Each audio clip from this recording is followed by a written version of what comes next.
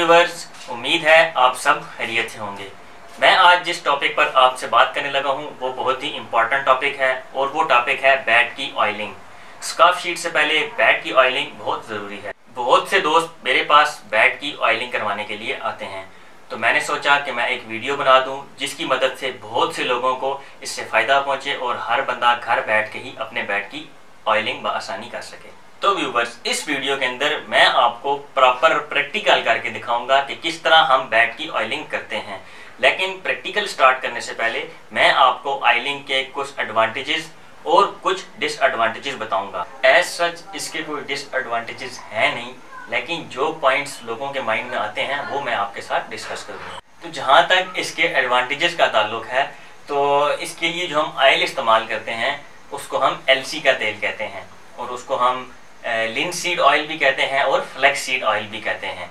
ये ऑयल पुराने ज़माने से लकड़ी की मजबूती के लिए चला आ रहा है और अब भी इसको बैट की मजबूती के लिए इस ऑयल को हम इस्तेमाल करते हैं। LC के तेल से ऑयलिंग करने के बाद हम बैट पर स्कार्फ शीट चढ़ाते हैं, जिससे वो ऑयल और मॉइस्चर जो है वो रिटेन रहता है और बैट की लकड़ी मजबूत रहती है। व्यूवर्स, एक चीज़ का आपने बहुत अच्छे से ख्याल रखना है। इसके बारे में बहुत से लोग मुझसे सवाल करते हैं, जो मैं आज आपको क्लियर कर देता हूँ कि वो मुझसे ये सवाल करते हैं कि LC के तेल के अलावा हम किसी और तेल का इस्तेमाल कर सकते हैं या नहीं, जिस तरह सरसों का तेल या जैतून का तेल इस्तेमाल हो सकता है या नहीं। तो आपने गलती से भी सरसों के तेल को या जैतून के तेल को बैट की बिल्लों पर ऑयलिंग के लिए इस्तेमाल नहीं करना, ये आपकी बिल्लों को ख़राब कर देंगे।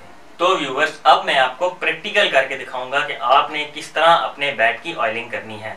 आपने कपड़ा लेना है और उस पर ऑयल लगाना है, और इतना ऑयल भी नहीं लगाना कि वो टपकना शुरू हो जाए और इतना कम भी नहीं लगाना कि वो बैट पर लगे ही नहीं। उसके बाद आपने अपने बैट को इस तरह रखना है और बिल्कुल यहाँ से आपने इसको स्टार्ट करना है और आहिस्ता आहिस्ता आपने इसको ऊपर की तरफ लाना है और देखना है कि प्रॉपर लेयर्स बन रही हैं या नहीं, और आपने इसको ऊपर तक लेकर आना है जहाँ तक आपका स्टिकर एंड हो रहा है, वहाँ पर लाकर आपने इसको एक लेयर को एंड कर देना है। उसके बाद दोबारा आपने अपना ऑयल लगाना है, और आपने ऑयल इतना लगाना है कि वो बआसानी आपके बैट पे एक लेयर बना ले। इतना नहीं लगाना कि वो बिल्कुल ही टपकना शुरू हो जाए। तो इसके साथ ही आपने अपनी दूसरी लेयर स्टार्ट करनी है। इस तरह बिल्कुल आराम आराम से करनी है, इसको ज़्यादा प्रेस नहीं करना, और इसको करते करते आपने वहाँ तक लाना है जहाँ तक आपका स्टिकर एंड हो रहा है। उसके बाद इसी तरह आपने दोबारा ऑयल लगाना है और उसके बाद आपने अपनी थर्ड लेयर स्टार्ट कर देनी है। उसके बाद आपने इसको आहिस्ता आहिस्ता लगाना है और इसको उधर तक ही लगाना है जहाँ तक आपने अपनी पिछली लेयर्स एंड की थी, यानी जहाँ तक आपका बैट का स्टिकर एंड हो रहा है। तो ये व्यूवर्स, बैट जो है ये बहुत पुराना बैट है मेरा, जिसको मैं यूज़ नहीं कर रहा, तो उस पे ही मैं आपको ये ऑयलिंग करके दिखा रहा हूँ। तो बैट बहुत रफ़ है क्योंकि ये काफ़ी सालों से मेरे यूज़ में नहीं है।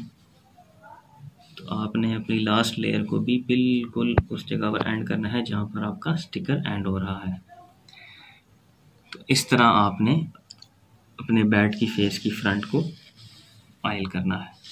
व्यूअर्स, अभी हम इसकी एजेस की मैं आपको करके दिखाऊंगा। तो आपने एजेस को इस तरह ऑयलिंग करनी है कि आपका जो कपड़ा है वो दोनों साइडों पे बराबर होना चाहिए, तो ताकि आपकी एजेस जो हैं वो प्रॉपरली ऑयल हो जाएं। तो आपने इसी तरह आराम आराम से इसको ऑयल करना है। ये आप देख रहे हैं कि मेरी साइड्स और मेरा जो फ्रंट फेस पे इसका ऑयल आ रहा है वो बिल्कुल बैलेंस है। तो इसको आपने उधर तक ही एंड कर देना है जहाँ तक आपका स्टिकर एंड हो रहा है। मैं अब आपको इस साइड पे करके दिखा रहा हूँ। आप देख रहे हैं कि मैं कितने नरम तरीके से इसको परफॉर्म कर रहा हूँ, और वहीं पर लाकर आपने इसको एंड कर देना है जहाँ पर आपकी बाकी लेयर्स एंड हो रही थी। तो ये व्यूअर्स, आप देख रहे हैं कि मैंने इसके एजेस पे आपको ऑयलिंग करके दिखाई है, और ये इसका फर्स्ट राउंड है ऑयलिंग का। बट ये मैंने अभी अपने कैमरे की फ्लैश लाइट ऑन की है और आप देख रहे हैं कि आपको प्रॉपर ऑयलिंग जो मैंने बैट पर की है वो आपको प्रॉपर डिस्प्ले हो रही है। तो आपने इस तरह अपने बैट पर ऑयलिंग परफॉर्म करनी है। इसी तरह अगर आप चाहें तो आप बैट की बैक पर भी ऑयलिंग कर सकते हैं, ये आपकी मर्जी है कि आप बैट पर ऑयलिंग करना चाहते हैं या नहीं, लेकिन अगर आप बैट पर ऑयलिंग करेंगे तो इससे बैट आपका मजबूत होगा।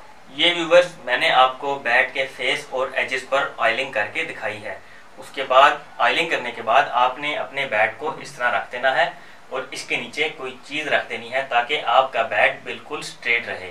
इससे आपका जो ऑयल है वो आसानी से बैट के अंदर यानी बैट की विलो के अंदर जज्ब हो जाएगा। अभी मैंने आपको सिर्फ एक कोट परफॉर्म करके दिखाया है। इसी तरह आपने 18 घंटे के बाद यानी जब आप एक कोट कर लेंगे उसके बाद आपने बैट को इस तरह रख देना है 18 घंटे के लिए। उसके बाद आपने दोबारा बैट पर ऑयलिंग परफॉर्म करनी है यानी दूसरा कोट आपने परफॉर्म करना है। उसके बाद आपने दोबारा बैट को इसी तरह 18 घंटे के लिए रख देना है। उसके बाद आपने बैट पर तीसरा कोट परफॉर्म करना है और 3 कोट मुकम्मल करने के बाद फिर आपने बैट को इस तरह रख देना है। ऑयलिंग करते वक्त आपने 2 अहम बातों का ख्याल रखना है। नंबर 1 ये कि आपका बैट अगर किसी एरिया से डैमेज है तो आपने उस डैमेज एरिया पर ऑयलिंग नहीं करनी, क्योंकि जब आप डैमेज एरिया पर ऑयलिंग करेंगे तो उससे जो ऑयल है वो बैट की विलो में जज्ब हो जाएगा उस डैमेज एरिया में और वो उस डैमेज एरिया को नरम कर देगा, जिसकी वजह से वो डैमेज मजीद बढ़ेगा।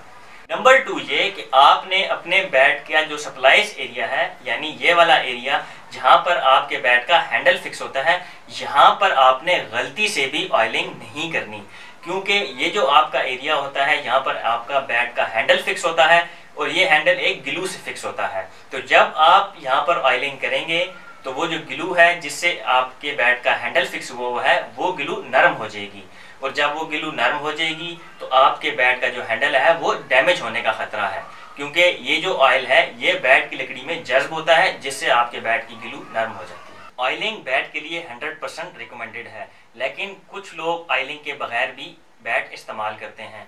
लेकिन वो ऑयलिंग के बगैर बैट क्यों इस्तेमाल करते हैं और वो क्या रीज़न है वो मैं आपको बताऊंगा। आप उसको ड्रॉबैक समझें या डिसएडवांटेज, ये आप पे डिपेंड करता है। ऑयलिंग करने से बैट का जो थोड़ा कलर है वो ब्राउनिश हो जाता है, थोड़ा डार्क हो जाता है।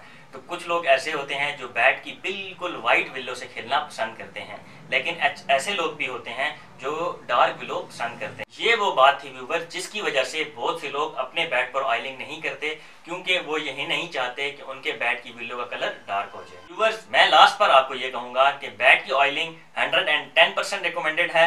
90% ऐसे लोग हैं जो बैट की ऑयलिंग करके खेलना पसंद करते हैं। तो व्यूवर्स, उम्मीद है हमारी आज की ये वीडियो आपको पसंद आई होगी।